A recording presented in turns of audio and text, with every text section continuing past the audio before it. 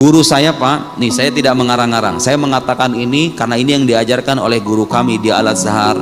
Ada seorang Grand Mufti Mesir, mantan Mufti Mesir, namanya Syekh Ali Jum'ah, ulama besar. Di salah satu kitabnya, judulnya itu At-Thariq Ilallah, beliau mengatakan begini: semua ibadah anak cucu Adam itu bainal qabul warrad, itu antara diterima dan enggak diterima. Bapak sholat ini subuh ini bisa jadi diterima sama Allah, bisa jadi kagak. Saya ceramah begini nih, bisa jadi pahalanya diterima sama Allah, bisa jadi enggak. Semua ibadah kita begitu, sodako, puasa, ngaji, hadir majelis taklim, semua ibadah kita begitu, bisa jadi diterima, bisa jadi enggak. Satu-satunya Pak, satu-satunya ibadah dalam Islam yang udah pasti diterima, hatta dari orang fasik sekalipun, kata beliau, hatta dari orang fasik sekalipun, tukang mabuk misalnya ya, apalagi misalnya sebutlah kefasikan-kefasikan itu, orang fasik kalau melakukan ibadah ini pasti Allah terima. Apa itu?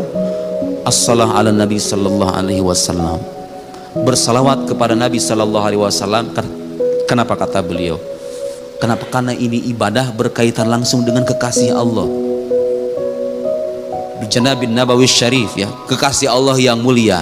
Kita kalau sholawat udah pasti diterima Pak. Makanya ibadah kalau kita merasa aduh sholatku ini gimana baik cacatnya, sholawat sama Nabi perbanyak, insya Allah itu bisa menambal kekurangan ibadah kita, insya Allah itu diterima. Kalau kata guru saya memastikan, itu penjelasan para ulama, artinya mereka punya dalil, terlepas kita tahu atau tidak mana ayatnya, mereka meneliti dari Al-Quran dan Sunnah. Kata mereka ibadah yang sudah pasti akan diterima dari orang muslim sekalipun dia fasik, itulah salawat kepada Nabi Sallallahu Alaihi Wasallam. Makanya kita yang merasa ibadahnya kurang, anak-anak muda yang merasa tatoan, yang merasa hidupnya dulu gelap, suka mabok dan lain-lain, Anda punya hak yang sama mencintai Nabi Muhammad Sallallahu Alaihi Wasallam. Kalau Anda bersolawat, salawat Anda akan diterima, terlepas Anda kotor atau bersih, karena sosok yang Anda salawati adalah kekasih Allah yang mulia Sallallahu Alaihi Wasallam.